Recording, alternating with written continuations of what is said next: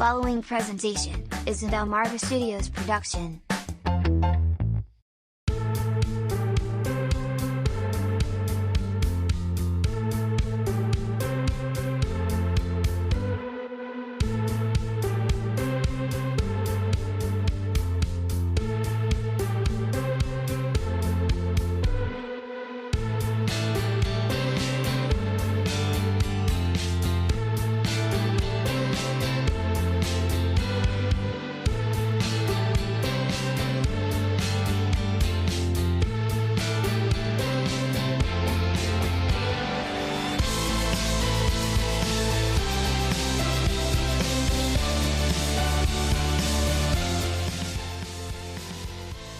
Welcome back, Truth Seekers from around the world. It is time for another edition of the Flat Earth Files. And we have another great guest standing by who will be joining us in just a moment, Kat. But before we do, we have a few housekeeping notes to take care of. First and foremost, I want to thank one of our listeners, Paulie. He reached out to another podcast he listens to. It is called Revelations Radio News. One of the hosts, Andrew, had been asking for podcast recommendations. I guess the gentleman is a traveling sales guy now, so he has a lot of time on his hands with traveling. Paulie sent him an email. He recommended both podcasts, but he had mentioned the Flat Earth Files, and one of the hosts is a fellow Flat Earther. The other gentleman is still a skeptic. But anyway, on their most recent episode, which was the 11th, they actually, at the 2-hour mark, they said a few kind things about this podcast. So I wanted to thank them for that. And I listened to the entire podcast this morning. It was really enjoyable while we were doing chores around the old homestead. So again, thanks to Revelations Radio News. And I'll leave a link in the description if you'd like to check them out. So there you go. A couple other notes. The June schedule, folks, the people who I reached out to you saying we're going to get you scheduled for June, you should start getting them emails starting Tuesday. And that's Joshua, Jason, Raul, Adam, JDL, Mark, Robert, Karina, Claude, Kolish, and Micaiah.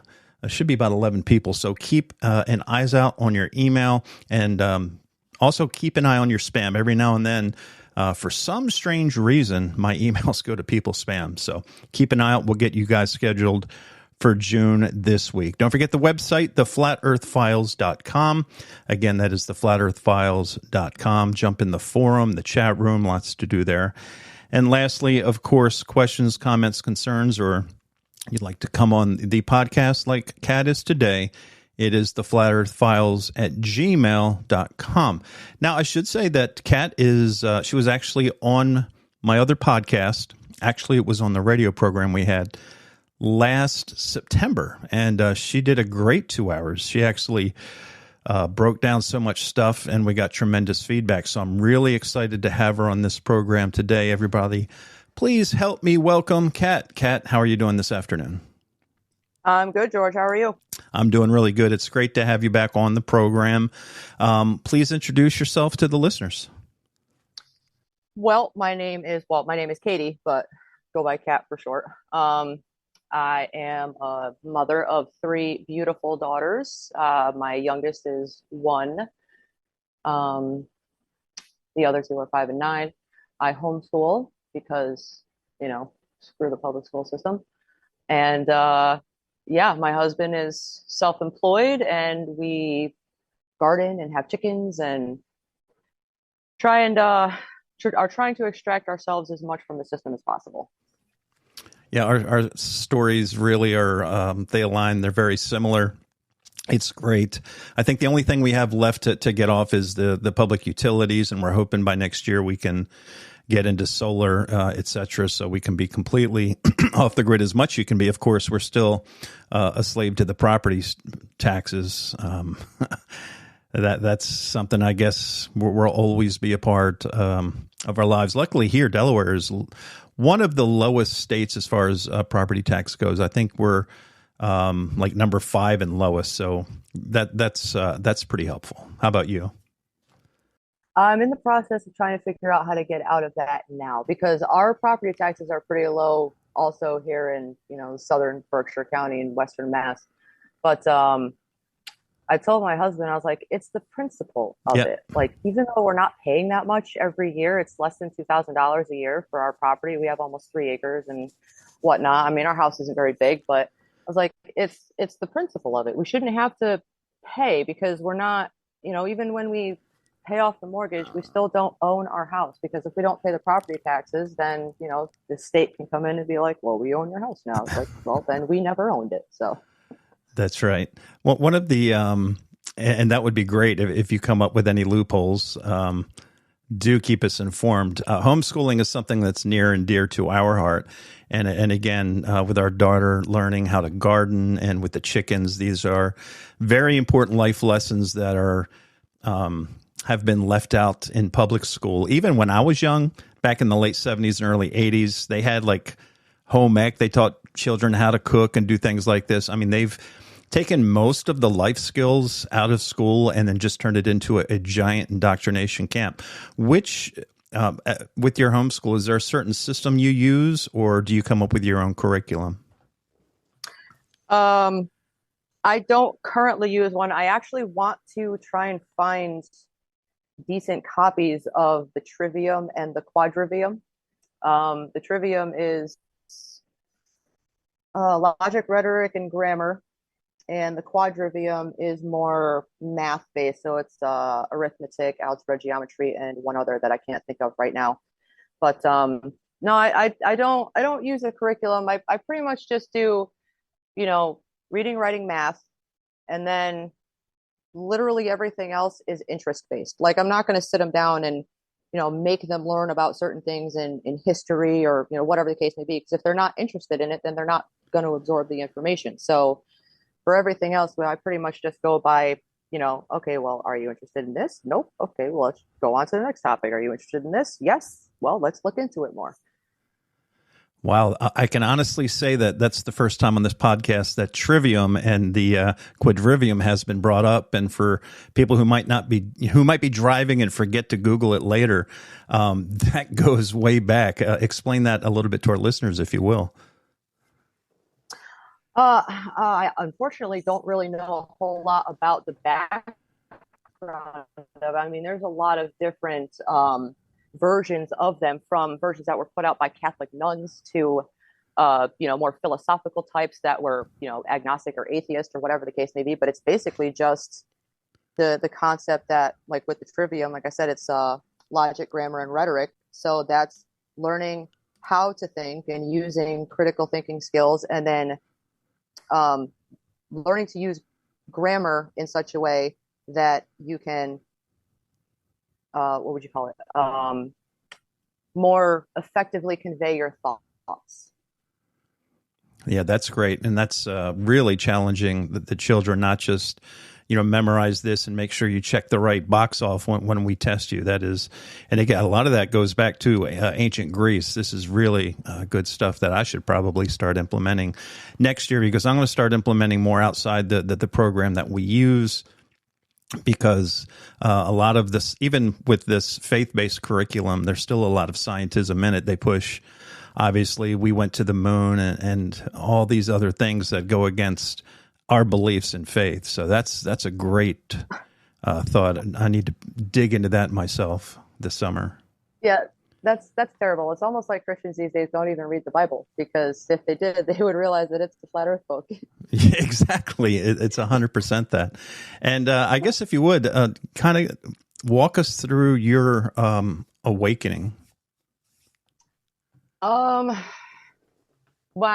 awakening before flat Earth was a very, very gradual process. I mean, I went through all the clickbait traps that most people went through, whether it's Alex Jones or, I think Alex Jones was actually the first, quote unquote conspiracy theorist that I ever stumbled upon. And I'm pretty sure it was just because I was at work one night and somebody brought him up like, hey, I saw this crazy guy on the internet and he was talking about all this stuff, but he was right, blah, blah, blah.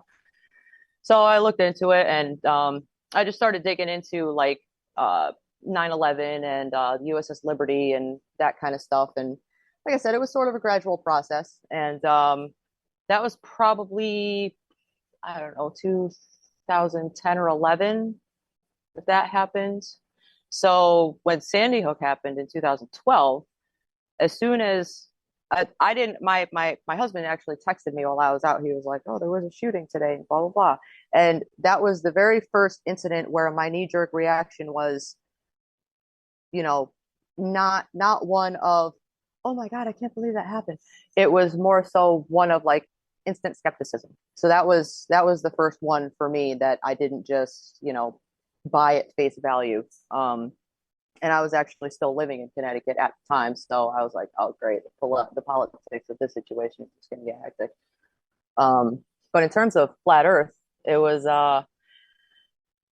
spring of 2019. I'd been listening to Crow 777 for a while, and by that point, I'd heard him say probably at least 3 or 4 times, "We can see too far," because according to him, and I have no reason to doubt what he says because I've actually seen video of him doing telescope work, but that he spent thousands of hours behind a telescope, and we can see too far. And I was like, okay, I've looked into quite a bit of the other stuff that he has said, and it's I was able to verify it. So I was like, oh yeah, let me see what he's talking about with "we can see too far." So I literally went to Google and put "we can see too far" into the search, and I immediately came into Mark Sargent's 24 video series, and watched the whole thing within 2 days. And then I watched it again, and I told my husband that, hey, I think they might be lying to us about this place being a globe. I think it might be flat. And he got so angry. He thought I had literally gone insane and that I'm going to have to divorce this woman Oh, because no. she's obviously lost her mind. And he had a 3-day migraine, Oh, wow. and he spent the next 2 weeks looking into it and trying, because I was watching flat Earth videos at the same time, and so he was trying to find opposing information while I was watching flat Earth videos. And after about, I don't know, 2.5 weeks, it got brought up again, and he was like, "Yeah, I don't think I can prove you wrong, so I guess I'm a flat earther too." That's interesting because I picture the same, but the emotion, how was it different for you for flat Earth as it was like 9/11 and these other type of things that you've gone down? And obviously there's a bit of shock there, but was it a whole nother level for you? Not really, no. In fact, well, I would say probably about a year before I actually looked into flat Earth, I had heard someone mention Right. flat earthers in terms of like, I think it was like Steven Crowder or something making fun of people that still think the Earth is flat because we've known for how long. And I kind of like chuckled, I had that kind of reaction like, yeah, idiots. And but when I actually started looking into it, I'm so I would say I pretty much I've gotten to a point where I look at everything as if I would have to be presenting it in a courtroom. So, which side has more evidence to prove their case from a purely logical standpoint? Like, take emotion completely out of it, no subjectivity, none of that. Which side has proven their point? And the globe has not. And by the way, I don't know if you heard, George, but the globe lost twice in an actual court case. Really? Do you recall what they were? I can't, it's what's that guy's name? He's on Crow's had him on. He's on TikTok. Caleb Fe on TikTok. It was he was talking about, how was that guy's name? I think he was a Native American. Now, I remember there was a court case back in the late 1800s. I think I mentioned that early on in this podcast. That went kind of, it was weird. The judge went one way and then another. But was there one more recent than that? Yes, and I'm sorry, I can't find the video. I should have brought it up, but I couldn't remember the guy's name. And you said his name was Caleb? Yeah, with the Kaleb .fe on TikTok. I just saw it again recently too. What is up, TikTok? So, in the description, there's a... So, that's a video of my brother talking about how when he went to basic training, nobody called him, he was all alone. He could... Oh, was that you or me? Oh, I think that was me. I pulled up TikTok to try to look for it. It must have had an autoplay. I'm so sorry. I thought, oh, she's playing something. It does. Yeah, on the homepage it does. It auto plays whatever is the first video it launches. My bad. Yeah, I can't find it. If I find the video, I'll send you a link to it. Yeah, and I'll drop it. I can always edit the show description later for sure. Yeah. Okay. Yeah. Like I said, I just saw. I thought it was one of his pinned videos, but I guess it's not. But yeah, no, it was a more recent. It was in the last few years. Oh wow. At least I think. So, yeah, because the guy was asking for actual experimental and observational proof that we are moving, basically, that we're spinning, and that this place is a globe. And this the guy basically presented computer models, and is like, well, no, you didn't meet the terms of the challenge, because I didn't ask for computer models. I asked you for actual hard proof. And so, yeah. That's interesting. I know that didn't go in his favor. I don't know if you heard, I put it out as a short a couple of weeks ago. There's a gentleman in Florida who went in front of his kind of his county, they have the county meetings every month, and he spoke, and he urged the county clerks to, hey, you guys really need to look into NASA, because obviously the problem is with Texas and Florida, the government provides so much money to those guys that they're probably not going to look into it, because they would be biting the hand that feeds them, obviously with NASA in Houston and Cape Canaveral. But he was urging the people, he's like, look at the big picture. We're giving these people $70 million a day. And he started talking about all the obvious things, the video that's been rigged. You see the hooks on people's pants when they do their little flips in the ISS, just on and on and on. And he'd actually urged people, the county reps to look into it. And it was very interesting to see people are starting to step up and kind of to push the narrative a little bit, to put, it is obvious. But with retrospect, I get it, because I was that person before. The bread and circus, we're busy with work and people are watching Netflix and everything else. But when you actually take the time, like you said, and even try to disprove the globe, you're going to realize that it's just a giant lie.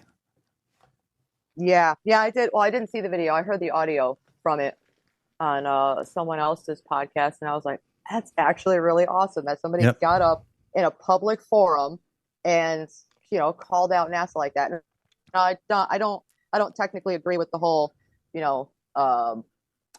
this much of the taxpayers' money and yada. If every single person in this country stopped paying taxes tomorrow, the government would still function, because we are not where they get their money from. They get it from the Fed. The only thing they use our money for is servicing the interest on the loans that they take out from the Fed.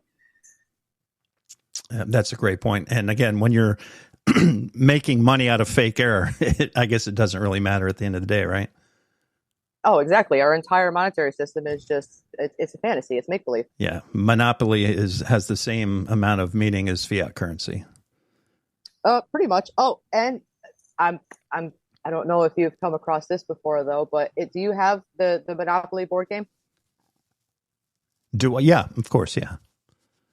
Okay. Well, next time you play, or if you just get curious later on and you have some cash on you, go compare the bills to the Monopoly money, because they made the new freaking bills when they printed them the same colors as their Monopoly counterparts.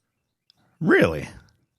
I'm pretty sure it was just a slap in our face saying, yep, your money's fake. That is very interesting. So you're talking about the new money, the new currency they're making? I forget when they switched over to the currency they have out now, the paper money. I forget when they did that. It was probably more than 10 years ago. Yeah, now, right? That's right. Yeah, I'm kind of remembering a slightly pink colored. I don't know if it was a 20 or a 10 or a 5, but yeah, they did bring in different shades, and you're right, it is about as worthless as monopoly money. At the same time, they use it as a heck of a tool to keep us enslaved.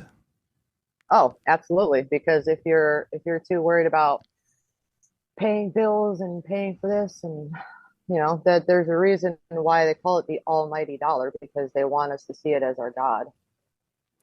Where do you see flat Earth in the hierarchy of truths that should be exposed to the masses? In like what order? If you were to have like one of those Charlie from Always Sunny boards, top to bottom, like 9/11, JFK, moon landing. I know that kind of goes hand in hand, but there's still a lot of people out there. Like take Bart Sibrel, for instance. He spent much of the last 20 years going after the astronauts, but he's not a flat earther. He believes in something called Planet X out there. And I'm not making funny. I'm just telling you what he believes. So where in the hierarchy of like, what is the most important truth to expose? Where do you put flat Earth? I put it at the very top of the pyramid with all of the red strings coming from it. Yeah, I agree. Those detective boards where they have the red strings and it looks like a giant spider web and everything. They've got the red strings connecting this thing to that thing. Yeah, so flat Earth is the very top pin with all the red strings emanating from it. So I used to think that much of the globe deception was about power and money, because they talk about every single day the $70 million, et cetera. But then I thought the same way you did. I was like, well, if they can just print all the money they need, at the end of the day, the money part's not really that important. Now, sure, they do take those contracts and, the military industrial complex, the Raytheons, et cetera. They become wealthy off NASA, Honeywell. But at the end of the day, you really, when you dig deep and you peel back the layers of the onion, it's all about, to me, about them being deceitful and trying to hide people from God. What are your thoughts on that? I agree. I think it is, the money. I do think it comes down to the power aspect of it, not the money. The money is just a tool for them to have power over us. But the power is more so what they're after. They want to have, the power over every single aspect of our lives, and including how we think about things. So hiding flat Earth is, hiding God through hiding the reality of his creation. Yep, that's exactly right. And I often wonder if we could, I don't know how it would happen, whether or not we could ever get it to happen, but if we somehow got some organic movement going and it didn't get hijacked by certain agencies like the CIA, et cetera, which always seems to happen, anything organic always gets hijacked. It would be interesting to see how other cards would fold on the world stage. That's a good point about organic things being hijacked, because I think that a very good case can be made for things like Freemasonry or Kabbalism or any of that stuff being hijacked, because those are at their core, those are all systems of trying to understand and reconnect with God through astrology, numbers, geometry, that, the technical type of stuff that's supposed to lead you to metaphysical truths. But as we know, Satan and his minions can't create anything. All they can do is take things that are already existing and twist or pervert them to keep the wool pulled over our eyes, essentially. And I think that a very good way to do that is to take things that are gods, like, literally everything down here belongs to God. So, if we're talking about math, which most people consider to be the universal language, math, geometry, astrology, if you can make people think that there's something inherently evil about a number, a symbol, whatever the case may be, then you're guaranteeing that they are never going to look into that thing, and they're never going to learn the truth that that thing holds.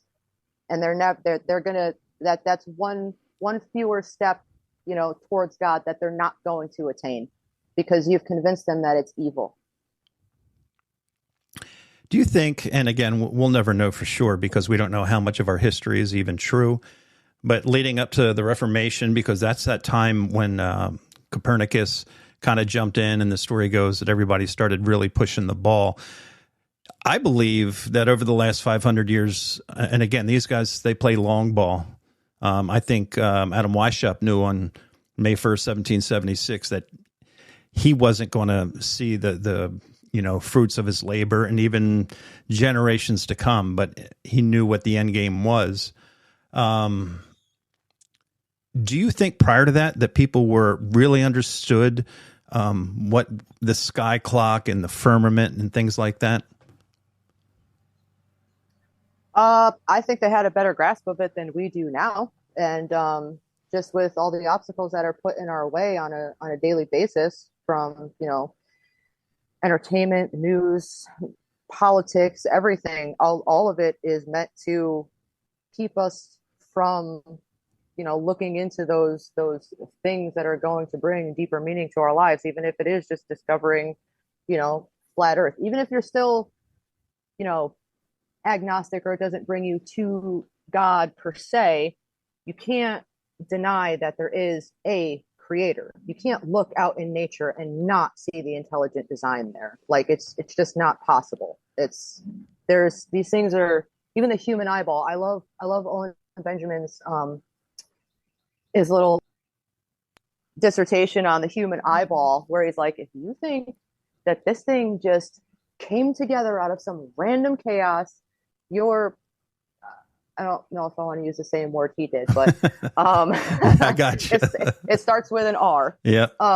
So basically, like, if you can't see the intelligent design in literally everything around us, then you do not have the eyes to see or the ears to hear.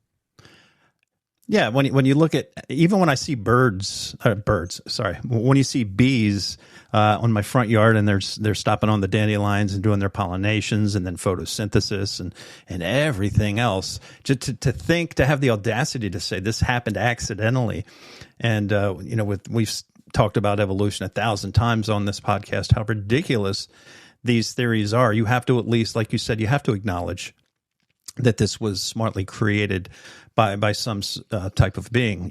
I recognize it as God and Christ. And even David Weiss, who was a full-blown atheist before he realized, and by the way, he was a big truther before that. He actually had a great 3-hour podcast actually about Sandy Hook back in like 2017. But even he now will tell you today, he knows that there's a creator. I mean, there's just no way that once you come around and understand how the dome and everything else, there's just no way there's not a creator. Yeah, I listened to a lot of episodes of Dave's old podcast, Deep Inside the Rabbit Hole. I kind of had to stop listening once he woke up to the flat earth, and he was trying to bring it up to his co-host, and they did nothing but berate him. Yep. Like every episode, I was like, I can't listen to this anymore. This is just way too negative, and there's no reason that they should be acting like that. Like, if they don't agree, then they don't agree, but they don't have to sit there insulting the guy for like 2 hours. Yeah, and that is exactly the reason I started this podcast on its own, because if you did a podcast on Trump or Flat Earth, opening the email the next day was always a lot of fun. You knew it was an adventure that was coming your way. Yeah, those are definitely two topics that are extremely polarizing. Like there's almost no in between for either one of those. Correct. You're either, full this way or full that way. There's no in between. Yeah, there's not many people who say, well, I think the earth is flat, but there's no firmament, and maybe it's just a really fat half ball. It's just like you said, it's either your team globe or your team flat. And again, and it's also interesting that word is flat earth. Those two words just trigger people in such an unusual way. And I've said so many times, you can have a conversation about 9/11, JFK, the moon landing. That's the thing I don't get. people will talk all day and break down the moon landing. And even the people who think it was a hoax, there's still so many people out there who are like, yeah, the moon landing was a hoax, but come on, we're on a ball, obviously. Yeah, like I would love to be able to talk to some of my family members about this, but when I went to the Flat Earth meetup in 2021 that Dave had at a diner here in Connecticut, and I was talking to somebody and I was like, yeah, I'd love to talk to my dad about this, but he's such a NASA fanboy that I can't bring it up because he'd probably like throw me out of his house. And, it's one of those like, and I used to, I've literally seen like every episode of, well, probably like the first 12 seasons, but every episode of at least the first 12 seasons of Ancient Aliens. I loved that show. I was like, oh my God, this makes so much sense. Look at the complex math and this and that, blah, blah, blah. And once I, realized Flat Earth, which thankfully I did not have an emotional reaction to, like, oh, this could possibly be right, blah, blah, blah. Right. Because like I said, if you're looking at it from a logical standpoint, then, which side is proving their case, which side has the evidence to back up their claim.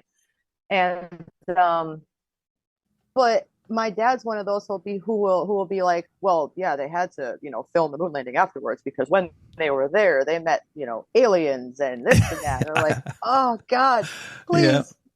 How is that not more ridiculous than, observably flat, this observably flat place that we live? How is aliens on the moon and we had to film it afterwards because of that not more ridiculous?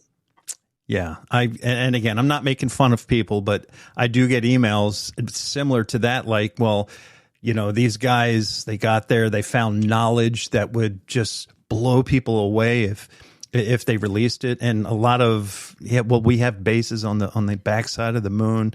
There's so much top secret information they could only, and I'm like, really? And then they ask me, well, why would they lie about the moon landing? Or yeah, they're like, why? And it's obvious. And, people will say, even the people that acknowledge that it's been faked, they'll say, well, they had to beat the Russians. Why did they have to beat the Russians? What changes everything? The Russians have never been our enemy. It's just so interesting when people, well, we had to beat the Russians, so we lied about it. And you don't think that, the people in, I guess it's Sputnik over there, you really think that they didn't know?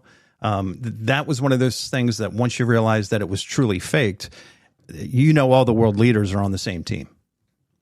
Yeah, I honestly don't think that Russia has ever truly been our enemy, except maybe for right after World War II. But then again, I think there were some backroom deals that were done with because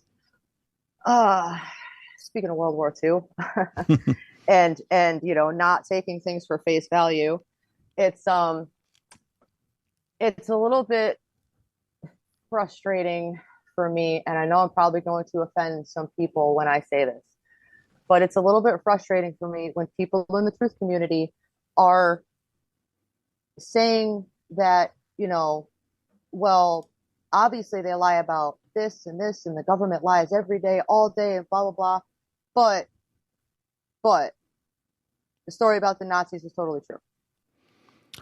But we got that information from our government.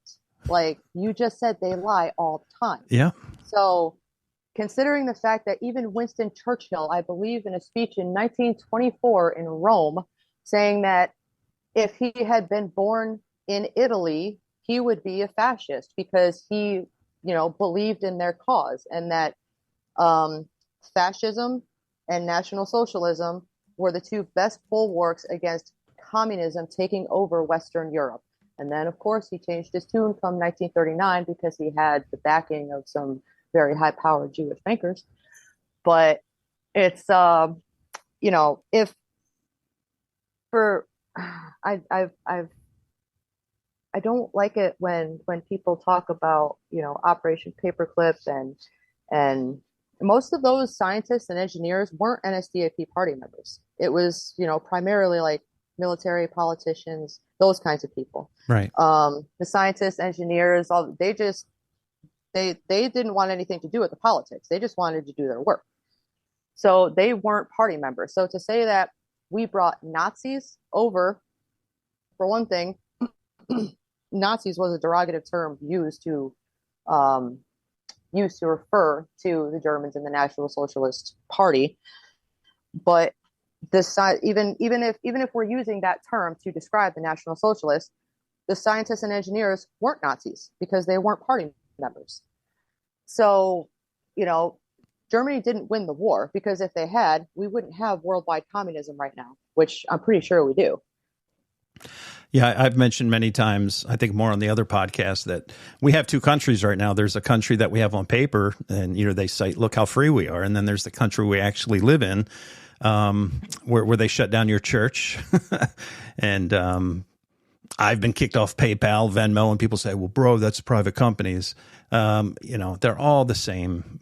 That they're all owned by the same, 5 or 6 companies, BlackRock, Vanguard, and the big bankers. And what a lot of people fail to see, you were talking about the truth about World War II, and it's the same with heliocentrism. And it's still, when I had Dave on my podcast 3 years ago, I thought, this is really great information, because I was always a truther. I was always willing to look at everything. Now, the one thing, I actually thought the no plane theory for 9/11 was more ridiculous than flat Earth. But that's a whole nother conversation. I'm like, why would they lie about everything except for the fact that we're on a ball that's spinning, hurtling, and all the numerology, etc.? I mean, if they lie about so much, why would that be the one thing you believe in? And then that's when I really started going down and looking that's when I really realized how powerful the media, social media, Hollywood, so powerful. And people don't understand the importance of getting rid of cable. Now, I watch movies now with a purpose. I don't pay attention to the storylines like I used to. I look for the programming within movies. My wife and I will take one every couple days. This morning, after our chores, we turned on. I was a big. I forget the author, but why can't I think? Tom Cruise. He's the lawyer in Mississippi. The Firm. The movie The Firm. Oh, yep. And there was a globe was probably in 15% of the entire movie. Every time they walked into an office, the first thing you saw was a globe. And this programming has been gone on for at least 70 years in all the research I've been doing. Oh, longer than that, George. I think this year marks the 100th anniversary of when Universal Studios started using the globe at the beginning of their movies. And that little cheesy plane going around in a circle, right? Yep. I'm pretty sure that was 1923. And then they go to the moon. They go to the moon in 1969, and they turn around and look at the Earth, and wouldn't you know it, it looks exactly like the little graphic that Universal came up with. Wouldn't you know? What are the chances?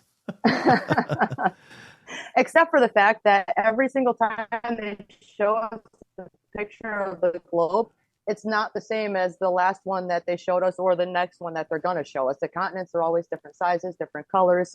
It's insane that even if you put all of those, I think I saw a meme one time that had like 15 different pictures, supposed pictures of Earth all next to each other. And it's like, how do you not see a problem with the fact that these all look so different from each other? Shouldn't it basically look the same? I mean, in one of them, North America took up like half the freaking ball. Yep. It was like, how do you not see the problem with that? Oh my goodness. Have you had any luck trying to inform people about flat Earth, or do you get shut down pretty quickly, or is that something you just don't even bother with? I've tried to bring it up to a couple people. My stepbrother, well, he's kind of a smart aleck by nature, so he sort of, gets smart alecky about it when I bring it up. But he doesn't ridicule me, so that's a plus. It's kind of one of those like, well, if that's what you believe, then that's what you believe. But it's one of those like, no, it's not. I don't want to. I don't want to believe anything. I don't want to have any beliefs because beliefs are primarily contingent upon opinion. They're not contingent upon Facts. evidence and what you Yeah. can prove. Exactly. I want to know. I don't want to believe. Just like with God, you know, even the Bible talks about the substance of faith. Some substance is something you can hold, something that you can, you know, measure or, you know, suss out, if you will, using, like I said before, things like numerology, astrology, and applying those things to the Bible and proving it to yourself that, yes, this does actually exist because I figured, I did the calculations. I figured it out. Something that really piques my interest, and I've talked about World War II all the time and the true history behind that. But one of the things that it's always interesting when rabbit holes cross. And I'm like, wait a second. What was Germany doing in Antarctica in 1939 when they were they were already like in Poland at that time, right? How much of the manipulation of the bankers, et cetera, you know, the Rothschilds, the people who finance both sides of the wars in many cases, right? The Napoleonic Wars, where he really made his big bucks in 1815 by fooling people, believing, I think it was Waterloo. But anyway. Yeah, it was. Do you think there was more than just, the common theme, what you hear what World War II was about, you know, the Balfour Declaration, but do you think it was a lot of knowledge and technology that they wanted to go after? I don't know. I mean, at this point, there's only speculation because I'm pretty sure that if they were after some knowledge that they didn't want anybody to know that they were after, then, you know, it wouldn't have been like, you know, written down or documented anywhere. Mm-hmm. I don't think there was any kind of occult angle to it. No, me neither. I honestly don't think that there was, you know, that Hitler was steeped in the occult and blah, blah, blah. Why did he shut down every single Freemason lodge in the country? Yeah. Like, and I'm not, that's not to say that, you know, there's anything wrong with the Freemasons either. Like I said, if that's a school of thought that's trying to teach you that there are, you know, mysteries to life and to discovering God and that kind of thing, but it's been, you know, subverted and perverted and twisted and that's whatnot, right. Then that's on the conscience of the people that are doing it. But that doesn't make the system itself bad. Because anything that's trying to lead you to God is inherently good. That's right. So, but the stuff that was coming out of Germany at the time, I mean, like we talked about, you know, when I was on your show, the Fact Hunter show, there were things that were being developed in Germany that were 30 to 40 years ahead of their time. And the U.S. military, they couldn't even conceive of the things that the Germans were working on. Like they couldn't even sit down and like round table it and be like, well, let's try and figure out what Germany is developing, blah, blah, blah. Once they realized, you know, once Germany was defeated and they went in and what was it, like 300,000, you know, documents, patents, you know, all that kind of stuff that they seized. The stuff that they figured out that the Germans were working on, they were like, there's no possible way that we could have conceived of any of this because we didn't even know it was possible right now. Yep. But there the Germans are making stuff that is 40 years ahead of its time, like Skype. That's right. I saw that picture. I'm like, you got to be kidding me. This is like the 1930s and there's people talking on a phone to a TV. I'm like, that was decades ahead of its time. Now, with that being said, I 100% understand that DARPA has technology decades in advance. Look at LifeLog, and just so happened the day LifeLog shut down, the next day Facebook kicked off, and we're supposed to believe that's organic as well. Oh, it was a total coincidence, George. Happens all the time. Boy, my coincidence jar is awful big, I'll tell you. Oh, yeah. What did Kayla say? Hers fills up daily. Yeah, it does. It really does. And it's funny. You had mentioned, I did a podcast last year, I think, on Patton. And it's another one of them things you don't think about. Yep. Patton got in a car accident in Germany and died. And then when you actually take the time to research, he said what? He said publicly said that we fought the wrong country. We should have fought Russia. And even all the reports, including, I think he had a private E3 or E4 that was driving. He's like, yeah, it was a minor accident, just, boom, little bump. But they took him to the hospital for precautions. Wouldn't you know, he just happened to die when he got there. Yeah, it was only like a few months after the end of the war, right? Oh, because that was in 1945. He died in 1945. That's right, December 21st. And look at that date, 12/21. That's a very occultish day. And he was born on 11/11 too. Really interesting, that numerology with Patton. Well, yeah, like I said, I've kind of come to an understanding where numbers and whatnot are concerned, where when we see synchronistic things like that, for instance, speaking of synchronicities, times. Do you ever look at the clock, George, and it's like, oh wow, it's 4:44? Yes.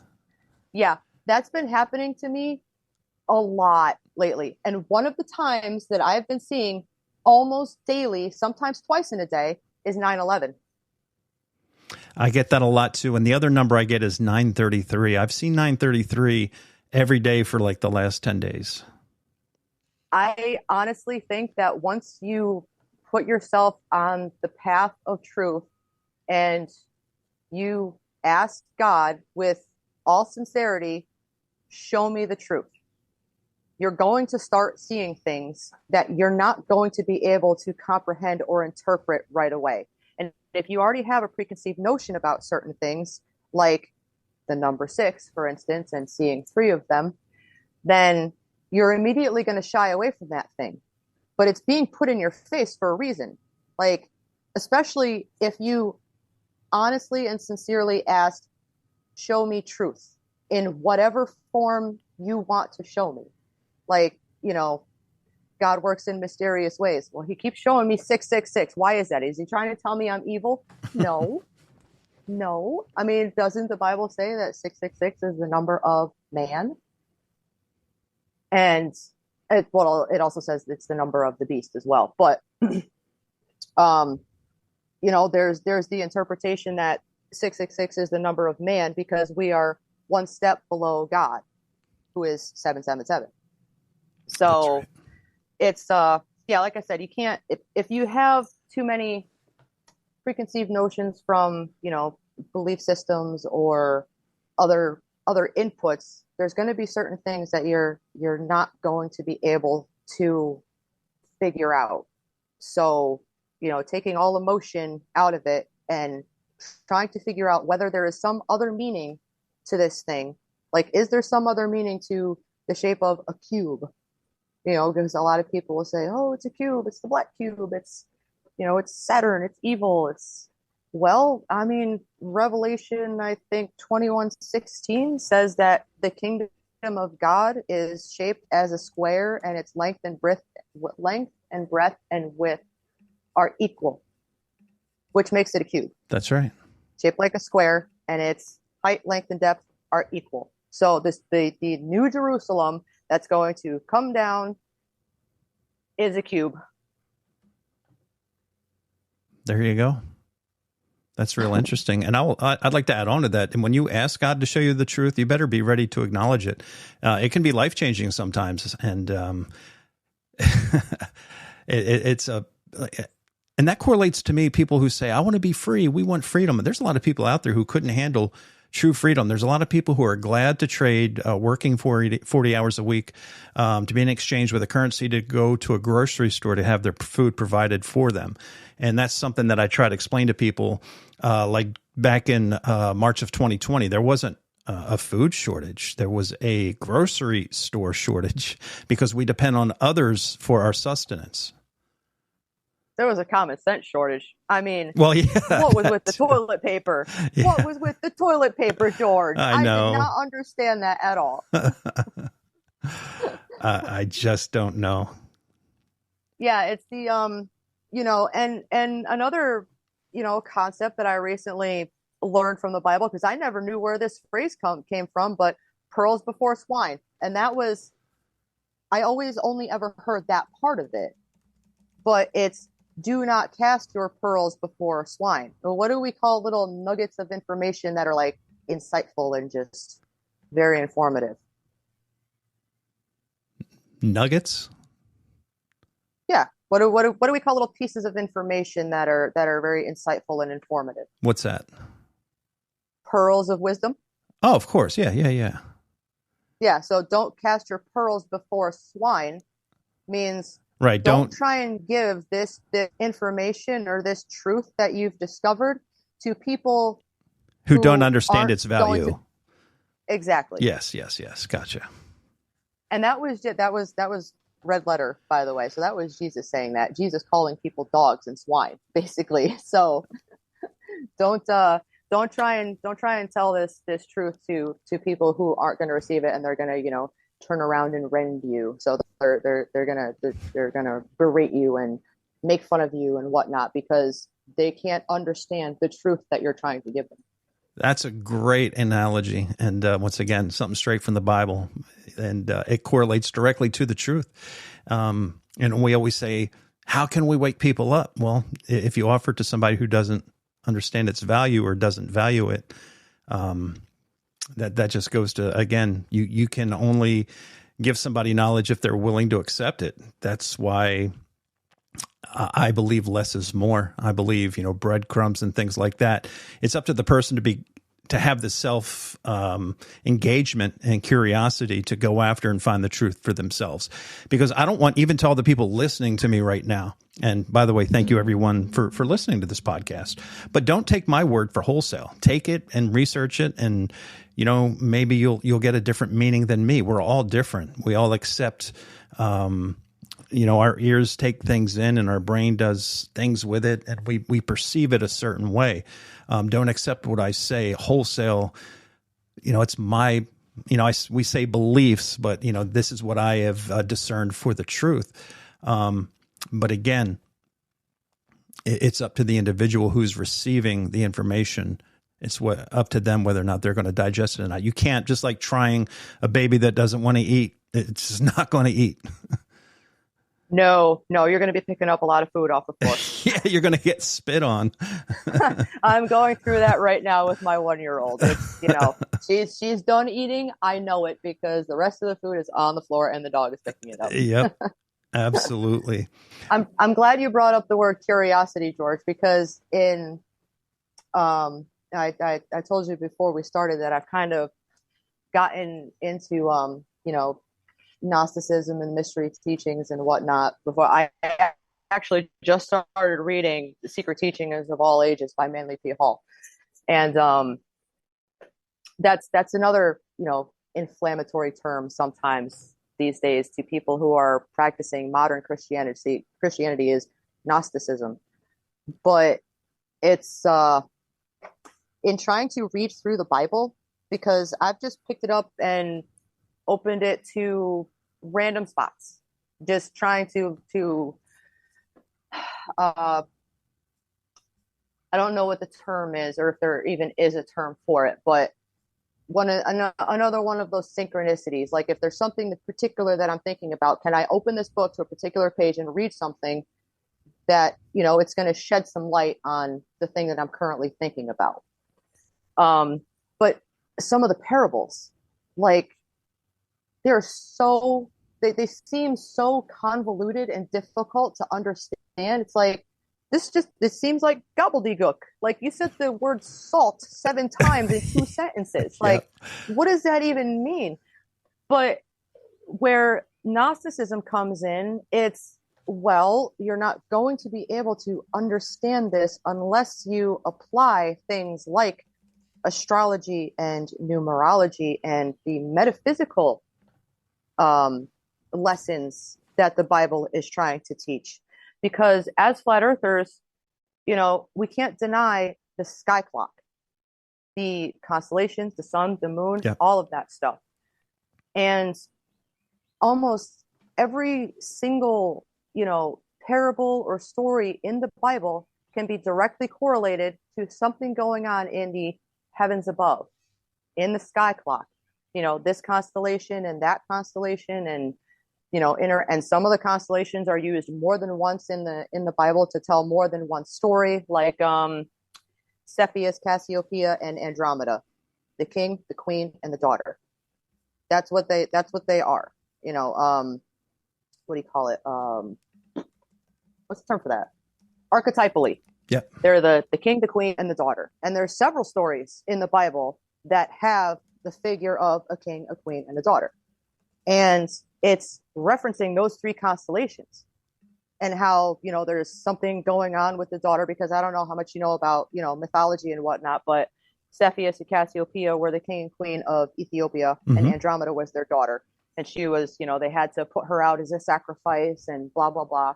So there's always something going on where the daughter is in peril, or she's, sick and on death's door, or whatever the case may be. But those three constellations are circumpolar constellations. They're three of the constellations that you'll find right around Polaris. And Polaris being the pole star or the center point, God is the center point. That's right. Like even in us, in the heavens, wherever. So it's always the daughter trying to get to the center point in these stories. And like I said, it's mirrored in the sky clock. And that's where the as above, so below comes in.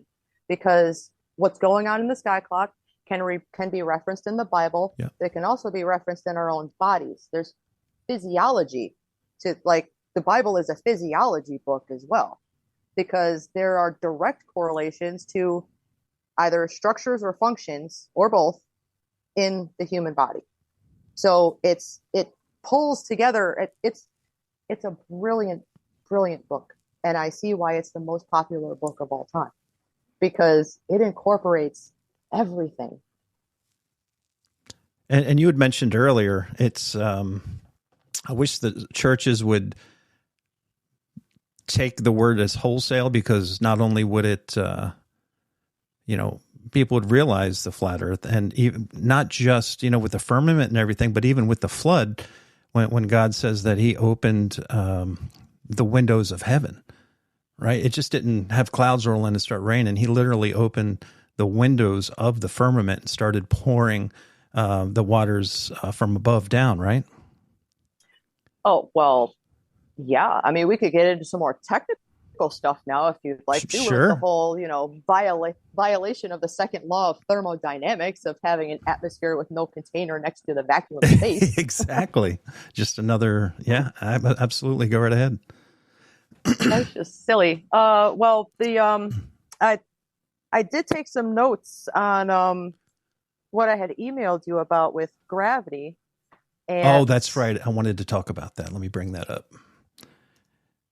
Yeah. Because I had gravity, just, it was very interesting, the timing of that email as well, because I get emails all the time about how gravity works. And we do, it is kind of a lazy answer just to say density and buoyancy. And I had gotten an email the day before yours saying it's got to be more than that. And then you were explaining the electrical, I guess, side. It was not geocentric. I got to pull up electrostatic here. force. Electrostatic. Thank you. Yep.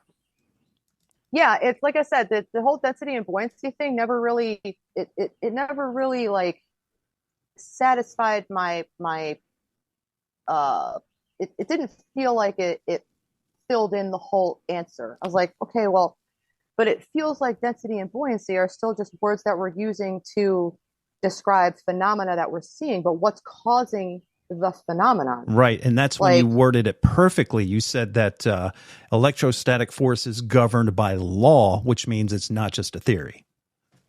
Yes, Coulomb's law, which was published in 1785. Although I would like to start before that with Newton. Newton did not come up with gravity is attributed to Newton, but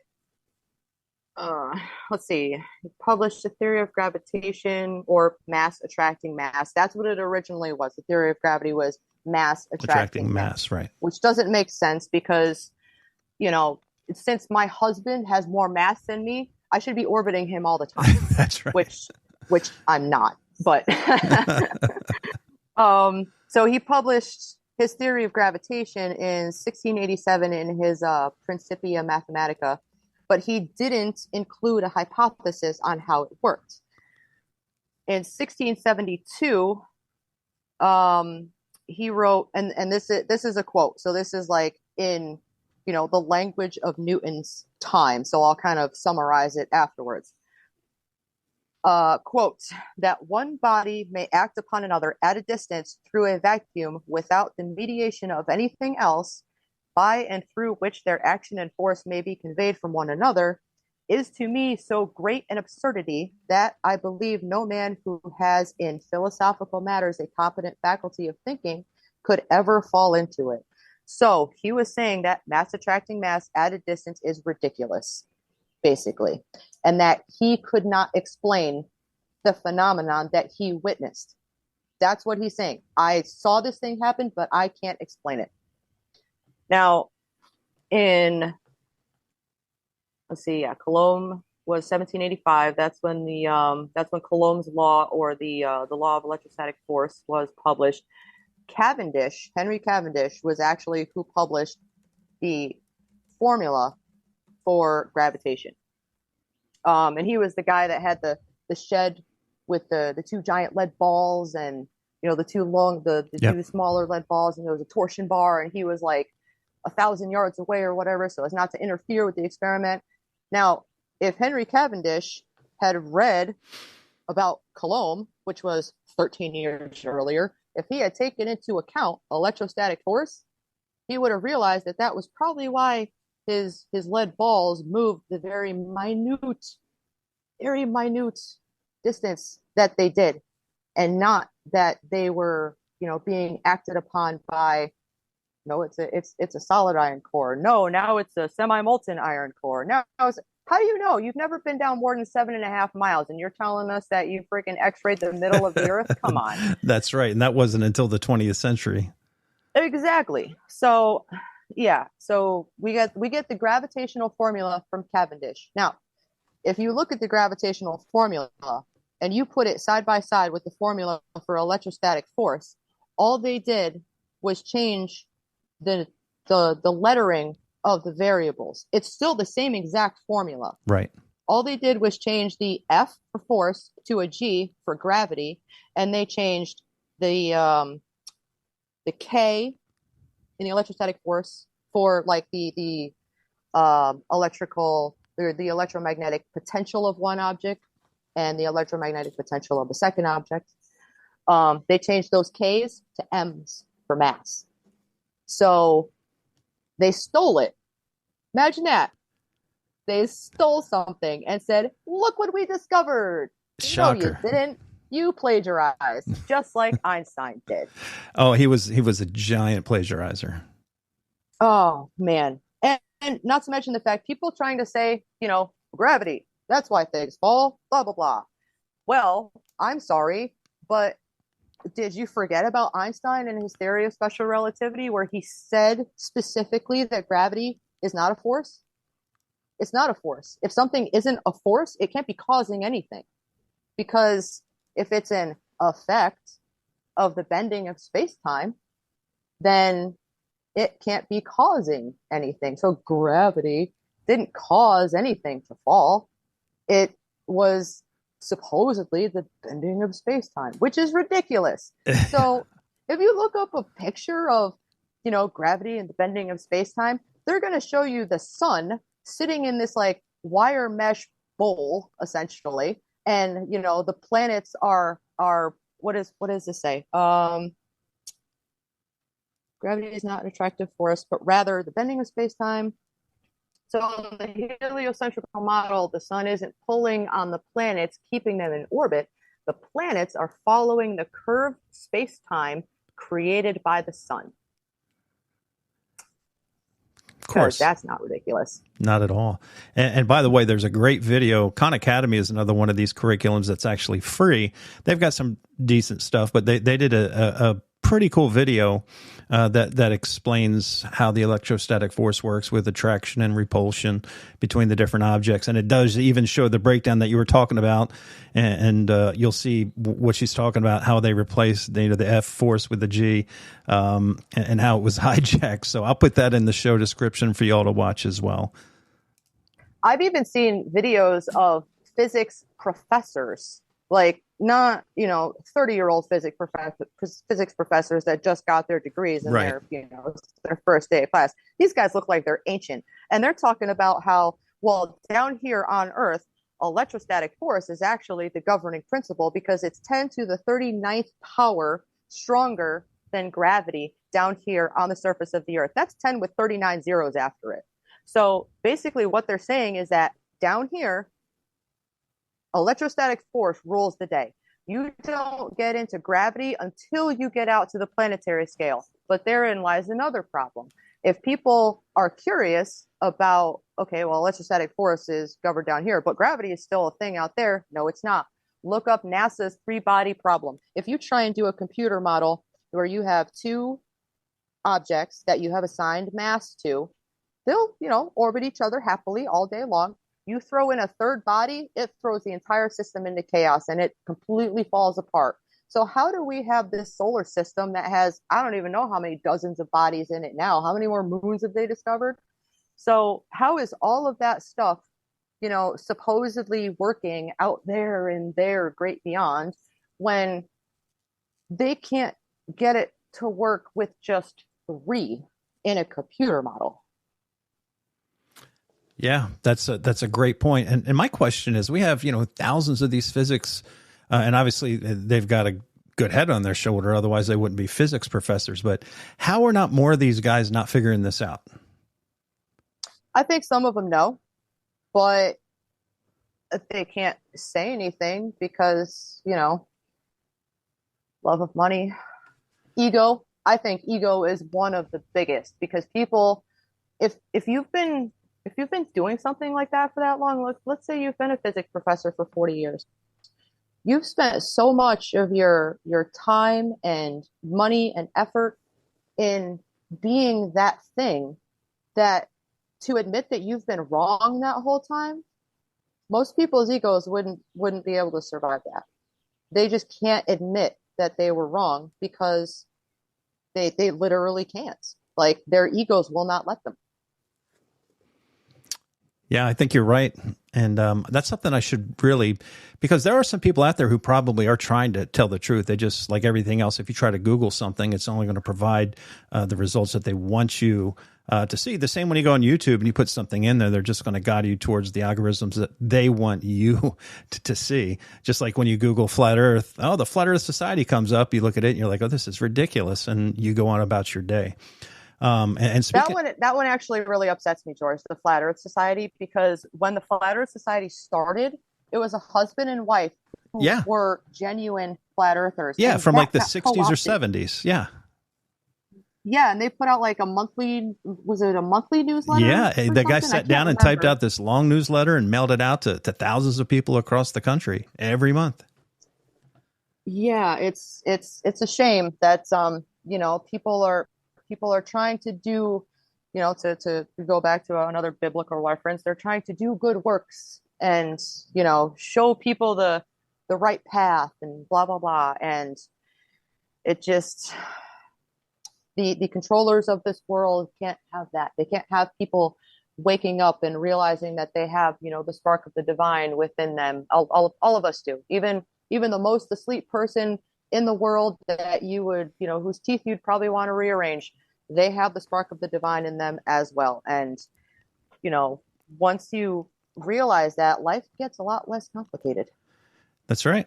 And going back to what we were talking about earlier, when you have all the money in the world, when the controller sees something organic taking off, they can write a blank check to like, even some people say YouTube. I think there's an interview out there. One of the guys who was supposedly one of the founders of YouTube regrets selling it because obviously he sees, because he wanted it to be, a generated freedom of speech type of platform, which is the furthest thing in the world right now. But when you have an unlimited bankroll, I mean, most people, if somebody came up to me and said, well, this Fact Hunter podcast is really good, we'd like to buy the right sermon. Here's a check for $1 million. I mean, that is like a next level temptation. And they could take it and just destroy it. And there's so many different ways they can control narratives. And when they see something organic taking over, again, when you print money out of nothing and you have all of it, Federal Reserve, you can run everything. Oh, absolutely. I think sometimes it's easier for them to wait for just like going back to the husband and wife in the Flat Earth Society. Yeah. It was probably easier for them to wait until they were like on their way out. Right. Because they were older. So, insert somebody in there who they're going to think is on their side and they're going to continue their work. But then, once the founders are gone, then this person can take it in whatever direction they want. Right. And I don't, it's kind of one of those things like we were saying before, they can't create anything. No, they're parasites. They don't. And if you are honestly and sincerely trying to live in truth, especially biblically speaking, you're not going to fall to the temptation of that kind of stuff, because you're going to realize that it's no different than Jesus being on the top of the mountain with Satan and him saying, I will give you all of this. That's right. Just do this and do that. And Jesus is like, nope, I'm good.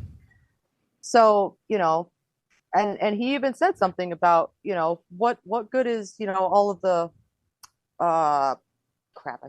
I'm going to have to like horribly paraphrase this, but basically what good is all the material in the world if you forfeit your soul? That's right. So, there's no good reason to do it. And I think unfortunately these days, especially with, the importance that has been put on financial things, monetary things, material things. Yeah. People just fall too easily into that trap. And we need to get back to a place where people realize we are all connected and part of one whole, and there is a higher purpose to this place, and we need to figure out what our personal role is in that down here. That's right. What's the term they use when somebody has has been financially, has a great job and is a big player? They say, Mr. Smith is a successful man, right? And that they judge, not just in this country either, but most countries around the world, you're judged by your bank account. And there's very little placement on morals, and our spirituality, Oh, absolutely. I think if we got back to, well, okay, I'll say this. The division, not just the division that's created by, left, right, male, female, black, white, all of that stuff, not just that, but the hierarchical, there's a hierarchy of division. So there's, the lower levels, which is, political and, male, female, that kind of stuff. But you have all these divisions in people seeking God as well. So you have Christians, Catholics, just in the Christian teachings alone, or the Christian church, how many denominations of Christianity are there? Quite a bit. There's a lot. Yep. So you have all of those denominations of Christianity, and then you have all the other religions. You have, the native religions, Jainism, Hinduism, Buddhism, Muslim, Muslim, all of that stuff. But if everybody could come back to the realization that we're all seeking the same thing, and I think this goes back to the Tower of Babel, where God dispersed everyone and confused their language. That's right. So we're all seeking the same thing, but we're saying it differently. And because of that, we can't understand that the Buddhist is doing the same thing that we are, that the Muslim is doing the same thing that we are. They're all doing the same thing, just with a different language and possibly with different symbolism and whatnot. But all of the symbolism, I mean, if God created everything, then God owns all the symbolism as well. So all of those symbols are ultimately his, whether it's Muslim, Buddhist, doesn't matter. They're all his. So all of them apply. So it's unfortunate that modern day Christians can look at things like, Hindu and the yogic traditions or Buddhism and be like, well, that doesn't have anything to do with Christianity.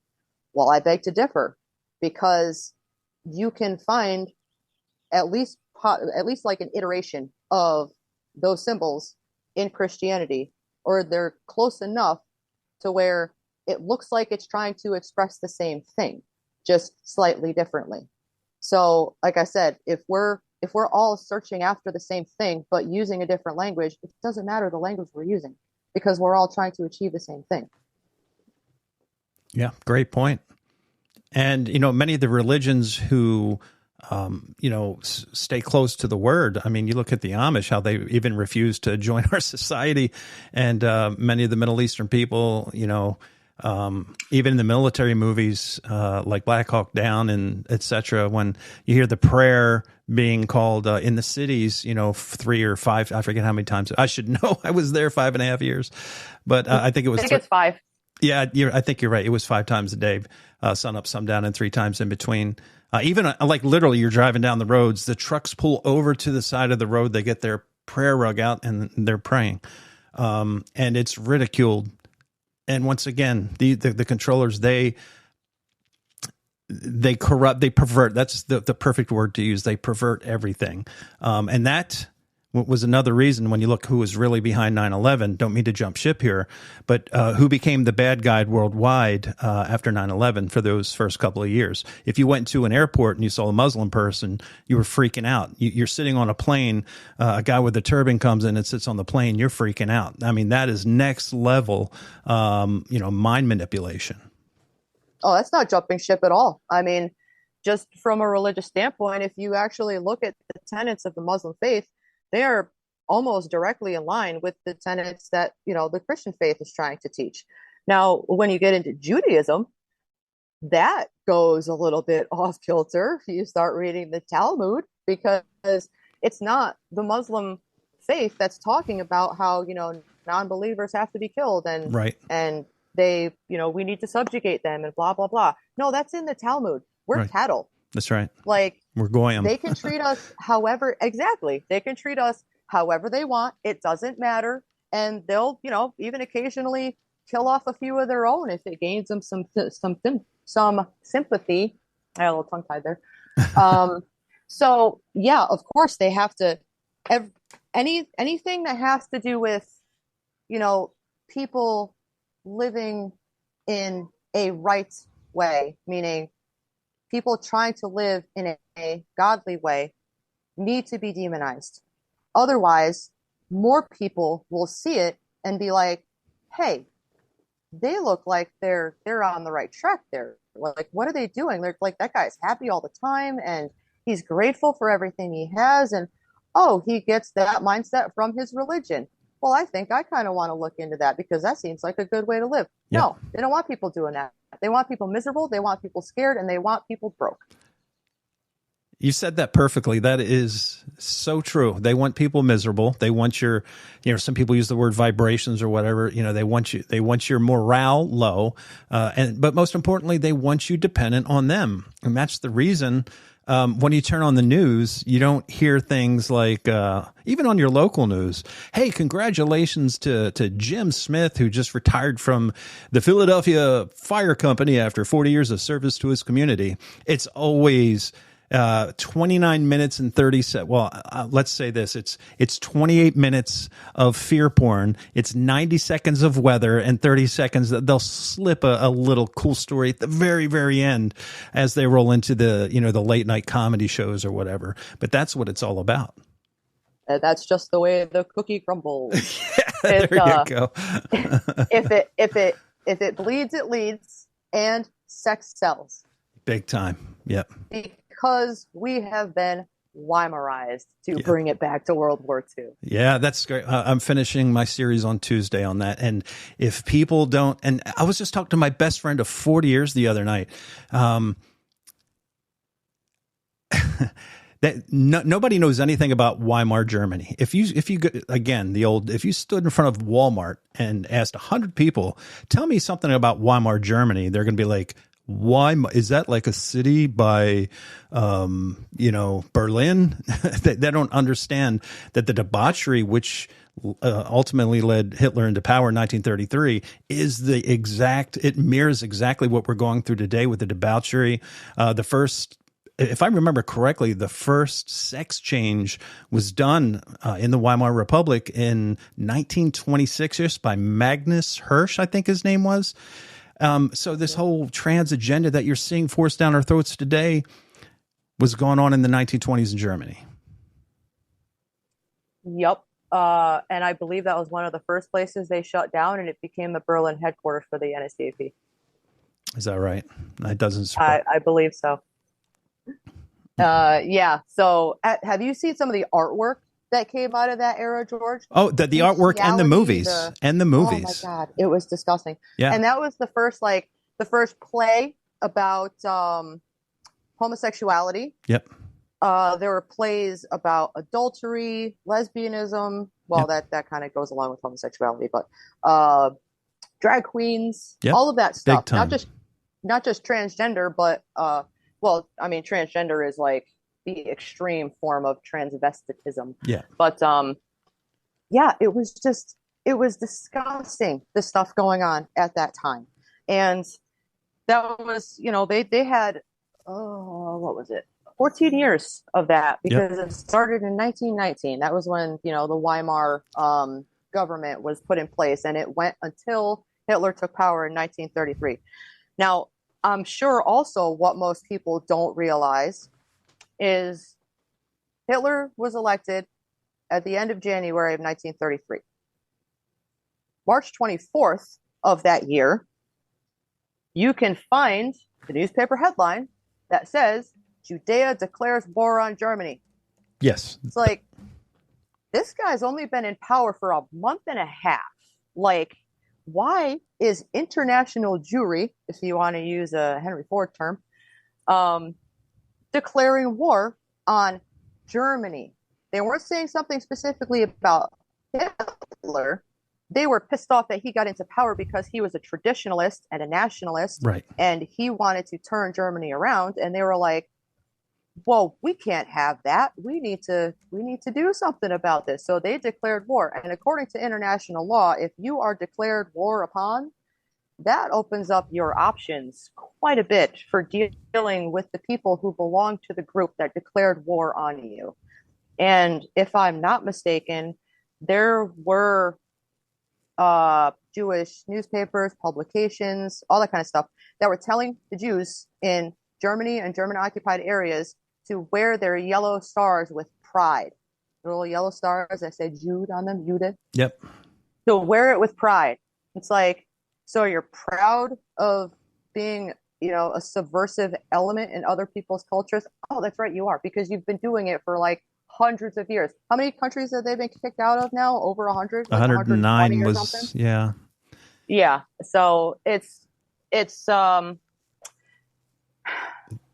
the worrisome thing is, and it's weird how it's almost 100 years to the exact time, because, this whole, this debauchery is really being pushed on us like it was 100 years ago. But the other thing that's not talked about, how Weimar and our country today is the hyperinflation. They started, tell me if this sounds familiar, they started printing money like crazy. Hyperinflation inflicted the country. And in 1923, you start to see pictures of people carrying wheelbarrows of worthless cash down the streets. And again, history repeats itself. If you don't learn from history, it's going to repeat itself. I was just going to say, I'm glad I own a wheelbarrow, because I might need it by the end of the year to go buy a loaf of bread. Yeah. I mean, for a minute there, eggs were going for I think $8 a dozen around here. And I was like a king, like, hey, George, can I get some of them eggs? And it was like, but things have settled down a bit, but still, it's just amazing. Again, that's why history is so important. Not just history, not the history they teach, but true history, questioning everything, because the stuff you're going to get in the history books is what this government wants you to believe. And again, I've said many times, McGraw-Hill is the largest publisher in the United States. Ghislaine Maxwell's father owned that company in the 80s into the early 90s. Leon Black, a guy who was best friends with Jeffrey Epstein, owned your children's textbooks for a decade. So just because it's in a book in your school, and that's once again, we question the government. We always sit around the campfires and the bars and say how much we can't stand the government. Yet when certain subjects come up, you're led to believe, well, there's no way they lied about that. And again, including flat Earth. Right. And, going back to the, falling back on logic for things, if you apply some logic to, World War II and the things that we are told happened during that particular period of time, if you actually, like you were saying, the true history of events, not his story, not the story written by the victors, but stuff, and this comes around to primary source documentation. There still has not been one document that has been presented that proves that the Germans had an extermination plan for the Jewish people. Correct. So, and there are even Jewish scholars that have looked into this, trying to prove it, and they've come away with, I can't find anything. And it's like, the Germans were meticulous in their record keeping, their note taking, all of it. They were meticulous. And I mean, the Enigma code was broken in 1942, I believe, by the British. Mm-hmm. And the Germans didn't know it yet, obviously. They thought, that their correspondences were still safe. Right. So if the camps started operation in 1941 and their code was broken in 1942, unbeknownst to them, don't you think that something would have been, intercepted at some point between 1942 and 1945 For that sure. talked about gassings or extermination plan, or, we killed this many this day and blah, blah, blah? No. But what you will find is correspondences between, like, let's say, camp commandants and Himmler, talking about, how many sick people they had and what they were doing to treat them, and Himmler writing back saying, we need to reduce the number of deaths. It's like, if these guys were so evil and they wanted to, exterminate every single Jew, for one thing, it'd be way easier to just shoot them on sight, pardon my grotesque language, but it would have been way easier to just do that than to come up with this elaborate scheme to gas them in a shower room. Of course. If you understand the mechanics of Zyklon B and how it's supposed to be, just look into how Zyklon B is supposed to be used. Like they sold a unit for like heating up the pellets and whatnot, that like those pellets wouldn't have worked without that thing. And they didn't have any of those in the supposed gassing shower rooms. And not to mention the fact the curator of the Auschwitz Museum has already, he admitted to David Cole, when David Cole went to Auschwitz, who was a Jew, by the way, that the chimney behind the building was put in by the Soviets in 1948. And they were the ones that cut the holes in the roof. That's right. So, I mean, and there were 22 camps that they labeled as death camps at the time, 16 of which have been downgraded to just, labor camps or concentration camps, work camps, whatever. And that, no gassings took place there. The other 6 were in Poland, which was liberated by the Soviets. Those are the only 6 that are still pointed to as the death camps. But even a place like, I believe it's is it Bergen-Belsen? No, that was liberated by the British, so that was an Allied one. It's one that starts with a B. Birkenau, I think, Mhm. is what it's called. Um, but there's a sign in there in the shower room that says, gas chamber, and then underneath in parentheses it says never used as a gas chamber. It's like, what? That what? Kind of like the sticker on the globe. This is used for decorative only, Yeah, not for educational purposes. There you go. Thank you. So yeah, it's just looking into the. I mean, then there's a lot of good documentaries. I've oh god, at this point I've watched dozens and dozens of hours of documentaries. Europa is one of the better ones, and what really smacked me in the face was 2 years. It'll be 2 years ago this June. I got an email request from there was a group of survivors from the USS Liberty, and they wanted to come on the podcast, and that's when I got really woken to. I mean, these guys. Here's the thing: if that ship would have sunk, our history would have been so different. And those guys, God bless them, kept that ship afloat. And your history books will tell you. Go to or Wikipedia. All the official narratives will tell you that our boat didn't have a flag that day, and I had two. You want to talk about getting information from the sources? I had two guys who were on the boat that day, and they said that U.S. flag was flying high and mighty that day, and it was full of lies. And you could hear, and those guys, both of those guys, repeatedly quoted Revelations 2:9 and 3:9, which talks about. They say they are Jews, but they're not. They're the synagogue of Satan. And again, the Rothschilds, I believe, and the people who are they are the synagogue of Satan. They're Satan worshipers. Yet there are Jews out there, and that's what people get triggered by. Are you an anti-Semite? No, the Bible tells you in the end times there will people who will use. And that's what they do. They use the narrative of the Holocaust as a victim card. And you just look what they did in Florida 2 weeks ago with HB 269, where you can go to jail for 5 years for passing out flyers. And what's his name? The governor there, DeSantis. He flew to Israel to sign the bill. So one day he flew out there, stood in, I think it was Tel Aviv or Jerusalem, signed the bill and flew back. It's just. If you don't understand who runs the world, these guys all have to kiss the ring. Obama, Trump, all of them. There's pictures of them wearing yarmulkes at the Wailing Walls. And I know we've kind of dove off flat Earth, but at the end of the day, it's all about the truth. And true history is so important. And even in this case, it's biblical. One of the other things I really wanted to touch on was the flat Earth curriculum. And again, there's when I talked to.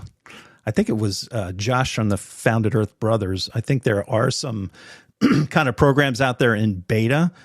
But one thing that I forgot, and I didn't even realize, what Dave's app actually has some pretty cool playlists for children. Oh yeah, I mentioned that in my email. The was it Biblical FB and Flat Earth for Kids, and the Flat Earth for Kids, they hijacked Sesame Street, little Sesame Street clips, and like turned them into Flat Earth videos. Really? So I thought that was kind of funny. Yeah. So yeah, those are definitely good places, or even just sitting down with the Bible and reading it and explaining. It says firmament right there, right in Genesis. Like it says firmament. The word, the Hebrew word that is translated to firmament. I can't remember what the Hebrew word is right now, but the Hebrew word literally means like a hard barrier.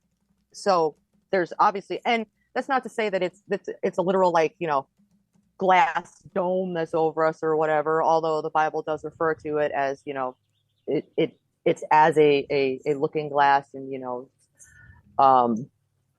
like it could be that it is a electromagnetic barrier that could feel solid, but just like the Go Fast rocket. I mean, if it was something that was actually solid that thing hit, it would have shattered on impact, but it didn't. It just stopped. Like it's almost like it encountered something energetic. Yes. And it just stopped. And it was like, why would it do that? And it stuck there. It looked like it was stuck in something. Like when you take a pencil and like, one of those a room that's got a drop ceiling, so the ceiling tiles are, you can poke holes in them, and you sit you're sitting in a chair and you throw a pencil up and it sticks in the ceiling. It kind of looked like that's what the rocket did, that it got like stuck in something. That's so right. it's like I said, it's obviously not an actual like physical barrier. What it is up for speculation at this point, because nobody's been able to actually suss out what it is. But I think it might have something to do with electromagnetism, because electromagnetism, getting back to the electrostatic force thing, electromagnetism rules everything down here. You can't have magnetism. Anytime you create electricity, it creates magnetism, and magnetism creates electricity. So you can't have one without the other. And if you look at not look at a toroidal field, because we have ebb and flows of energies and whatnot, and the toroidal field to me makes the most sense in terms of an electromagnetic phenomenon going on that's moving, in a toroidal, which basically looks like a giant donut. So like with the sun and the moon, what is it? The sun would be the anode and the moon is the cathode, because the sun's positive and the moon's negative. So, that's pretty much like where the tides come in. That's kind of the conclusion that I came to, that it only works on salt water. Like that was one of the things looking into flat Earth. I was like, holy crap, only salt water has tides. That's right. Like why doesn't fresh water have tides? Maybe it has something to do with the salt. Well, why would the salt make a difference? And I went down that rabbit hole, and then I came up to the idea that, well, the sun's positive, the moon's negative, salt in water, specifically salt in water, conducts electricity, or electromagnetic potential, whatnot. So the water is actually being repelled and attracted by the sun and the moon because of the electromagnetic nature of, you have the positive interacting with the negative, and that's creating magnetism. And so it's a push pull, if you will, or a repel attract for the tides, because that really kind of blew my mind. I was like, holy crap, there aren't tides in freshwater, are there? That's right. Yeah, and going back to what you were saying, the Hebrew word for firmament literally means, the vault of heaven, or the actual, the firmament itself. And, you look at back in the 50s with Operation Dominic and Fishbowl, these guys were really, once again, thinking that they could beat God. And I don't know what they were thinking, that they were hoping they could crack the firmament and flood, or what do you think was going on during that time? I think that they were being influenced by Satan, who was telling them, take a bite of this apple and you will be as God. And they were trying to do that. Or they're just so anti-Christ. I mean, if you, believe in and accept Jesus Christ, that makes you pro-Christ, right? So if you don't, then you are anti-Christ. There you go. So I think that they are so anti-Christ that they were like, well, we can't really, control this place down here, so we're going to try and destroy it.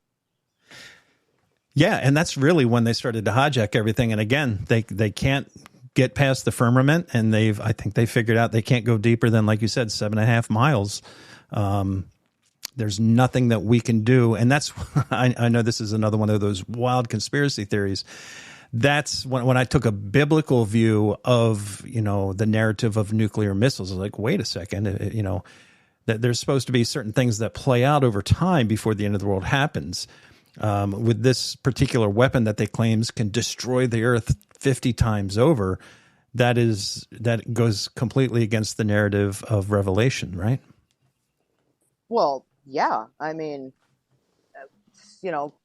but putting aside the fact that there's pretty strong evidence for nuclear weapons in and of themselves being bogus. But it's man can't destroy this place. Like, you know, it says it right there in the Bible. The earth endures. You know, the world might end, is in like the world as we know it. That's why, you know, in terms of like resets and whatnot, I think there have been, you know, at least a few, if not many. So there have already been, you know, apocalypses, if you want to put it that way. And people have a strong aversion to that word too. And it just means, you know, a change. Just like the death card in the tarot isn't the worst card you can get. Death in the tarot, that card means change. Something is going to end so something else can begin. And that's exactly what the apocalypse is as well. This era needs to end so that this new one can begin. Like, just because the world as you know it ends doesn't mean that there isn't something better coming. Right. Right. And and that leads back.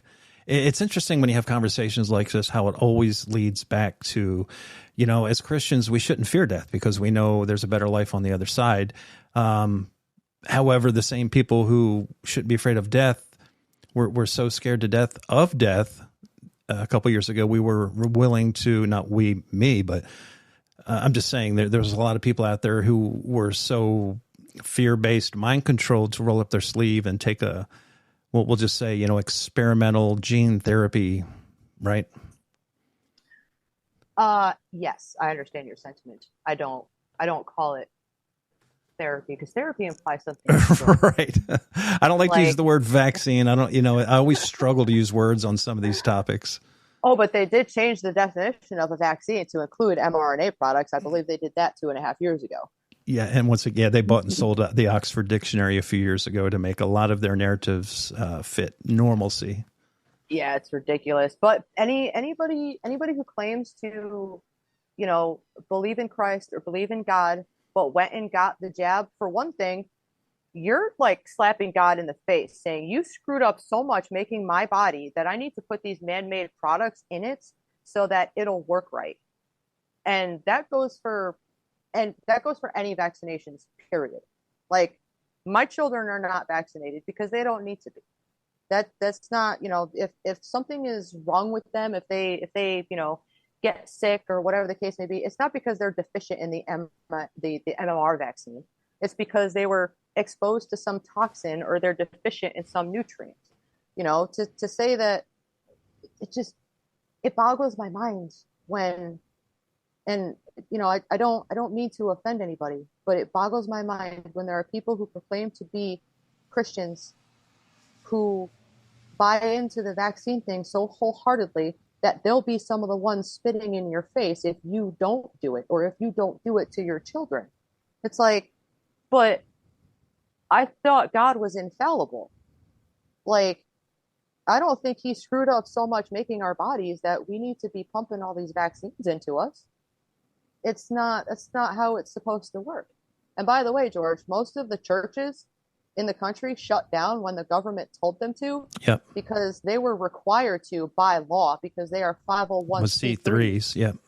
Which is an incorporated church. They made themselves corporations, which now puts them under the jurisdiction of the government. If you have a church that is I believe it's 503c1a, that's an unincorporated church, and you don't have to do jack all what the government says. Yeah, and you know, earlier this year, on my other podcast, I played Remembering COVID, and I just played nothing but clips of pastors getting arrested, and non-essential businesses are now closed. And it was amazing to me hearing it's important that we continue to remind people of this kind of stuff, because otherwise, look, it's already been 22 years since 9/11. In a blink of an eye, it's been 22 years since 9/11, and not a single person involved in that mess have been held accountable. Last night on my other podcast, I read the first chapter of the 9/11 Commission report. You would have thought Stephen King wrote it. The first chapter actually starts out, this is the 9/11 Commission report on the largest terrorist attack on American soil. It starts out, it was a beautiful Tuesday morning Some folks were heading into, like, literally, that's how I'm like, are you kidding me? They treated this as a novel. It doesn't talk about the security at the airports. It doesn't talk about the 2.3 trillion missing dollars. I mean, if you read, and I'm assuming that most people listening to this podcast has at least gone down the 9/11 rabbit hole a little bit and are hip to kind of the truth about it. I mean, if you really sit down, and it's a .gov, you can just sit down and Google it, and you don't have to pay for it. Just pull it up and read it. You'll be like, are you kidding me? I mean, this is the best and brightest in our country. They investigated the largest crime supposedly on American soil, and this is what they produced. Man, just a slap in the face.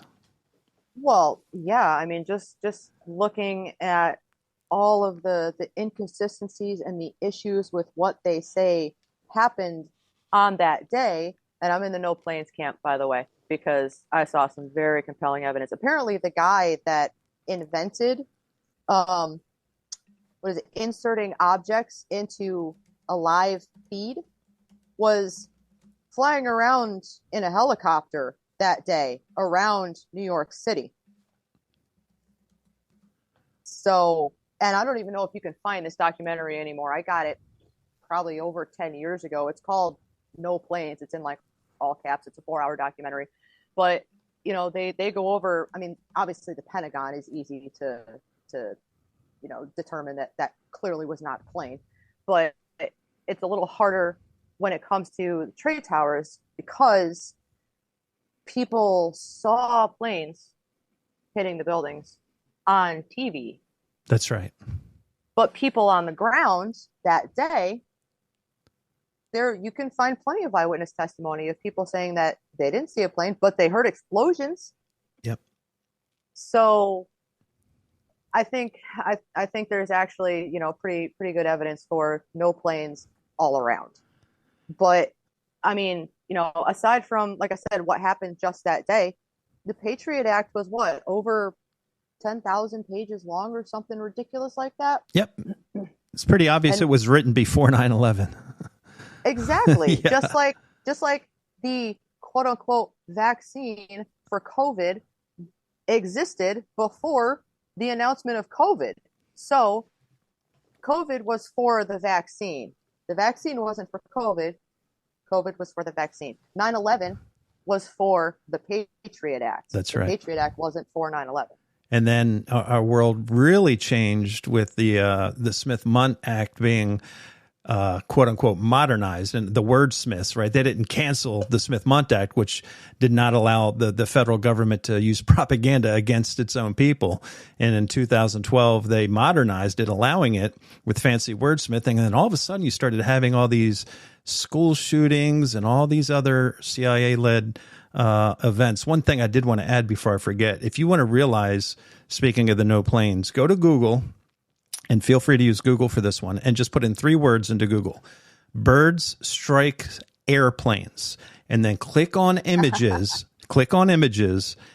and then think about that exact same. There's British Airways, United, all the same airplanes. Think about it hitting a steel building with 47, you know, and again, these were built to sustain and just use your logic and scroll down, look at the pictures. You'll get the gist of what I'm saying when you look at the pictures. Birds strikes airplanes, and click on images.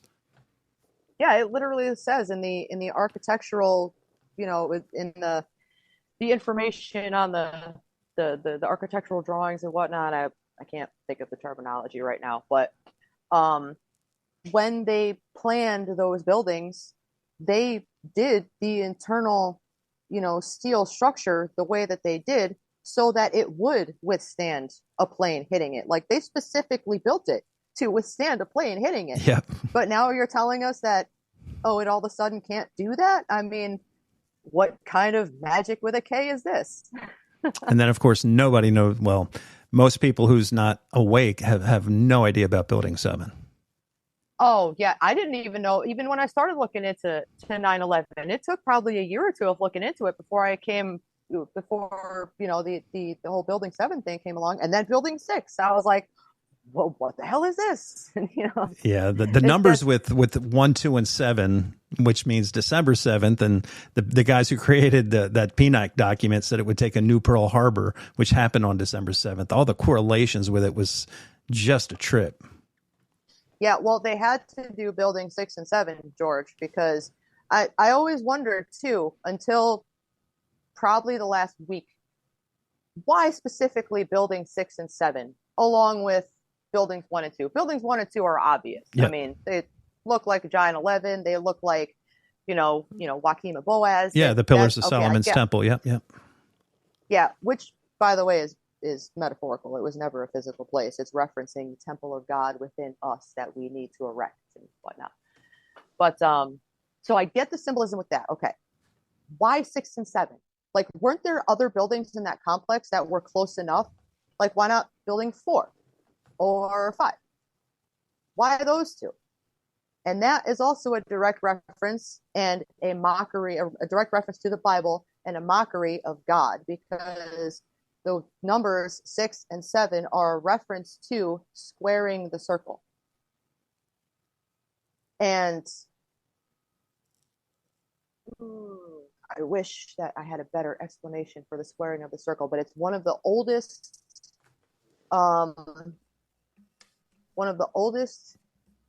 geometric problems. And there's references to squaring the circle all over the Bible. It's the unity of opposites, basically, is what it comes down to. It's the unity of opposites. So that, I think, is why they did specifically building 6 and 7, because it's a mockery of the squaring of the circle. Because I see. I'm actually seeing the picture here. 13 steps, 7 circles, and 6 lines, right? Yes. Okay. Yep. Very similar to the flower of life. Yes, and very similar to the what's it called, the Sephiroth, the Kabbalistic tree of life. With yes. Yes. So all of those are the same thing, just different depictions of the same thing. Like we were talking about earlier, with the Tower of Babel. Everybody's saying the same thing. We just can't understand what they're saying because we're speaking a different language, but they are saying the same thing. And it's what was I going to say? Oh, yes, symbolism in general. It was today or yesterday, I was listening to something about Freemasonry and the compass in the square. If you look at the symbol of the compass in the square and you apply it to here, to what we see in nature, the top part, which is, that's the compass. The top part of the compass is the sky. The square is the earth. And they are, the earth is reaching up to meet the sky, and the sky is reaching down to meet the earth. That's like flat earth cosmology right there in the Freemason compass and square. And by the way, if Jesus was a carpenter. That's right. He would have used the compass and a square a whole lot, and geometry and numbers and all of that stuff. That's right.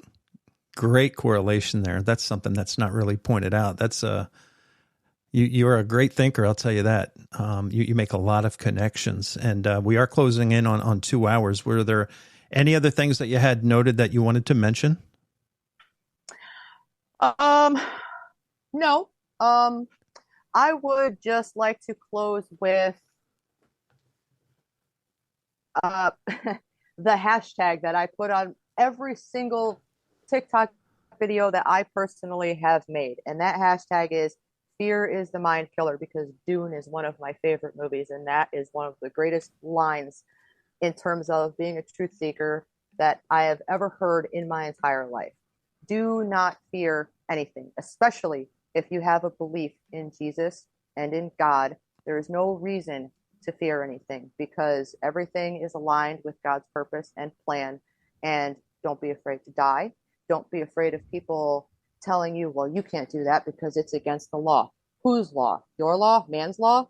All right. I'm not subject to that law. I'm subject to God's law. That's right. So don't let fear make decisions for you. Don't fear numbers, symbols, other people, germs, none of that stuff. Would you like me to put your TikTok channel in the show description? Is that okay? Yeah. Okay. I believe it is, I want to say it's Katie_Vale. Victor, yep.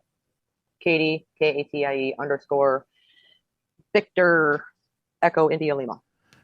Yeah, I usually remember to ask these questions before we start, but we always get engrossed in such good conversation. And then the email account, I've been emailing you. Do you want me to use that as well? Yeah, that was fine. Okay, so that's KatieV080283@gmail.com. But don't worry about writing it down, folks. We'll have her TikTok and her Gmail email address in the show description. And I always keep that at the very beginning so you don't have to scroll down and try to find it, so it can link you to Katie. And you've been, once again, this is the second time we've kind of gotten together, and both times you've absolutely crushed it. And we have to unprogram ourselves. A lot of the conversations that you have could trigger some people, which is the reason I'm doing a completely separate podcast, because, you know, the words flat earth trigger people. You have to question everything. You absolutely have to question everything, especially if it comes from quote unquote government sources. Just once again, for the 800th time, we're going to reference COVID. How many times were we told that, you know, remdesivir and being intubated was the correct way to go, and how hydrochloroquine was, horse paste and was terrible. And, you know, here we come 2023, and all the things that they said were complete lies. But even the president saying in November of 2021, if you don't get vaccinated, you're going to die. Like, that's literally what he said. He said we were going to have a winter of death. And here we are. And once again, no accountability, no apologies, nothing whatsoever. It's not going to happen with our current system, because I mean, you can't use the system to try and police the system. That's the fox guarding the hen house. That's right.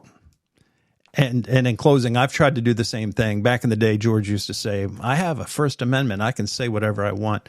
I don't need a piece of paper that was written by another man to tell me I have my God-given rights. And that's something that I stand by today.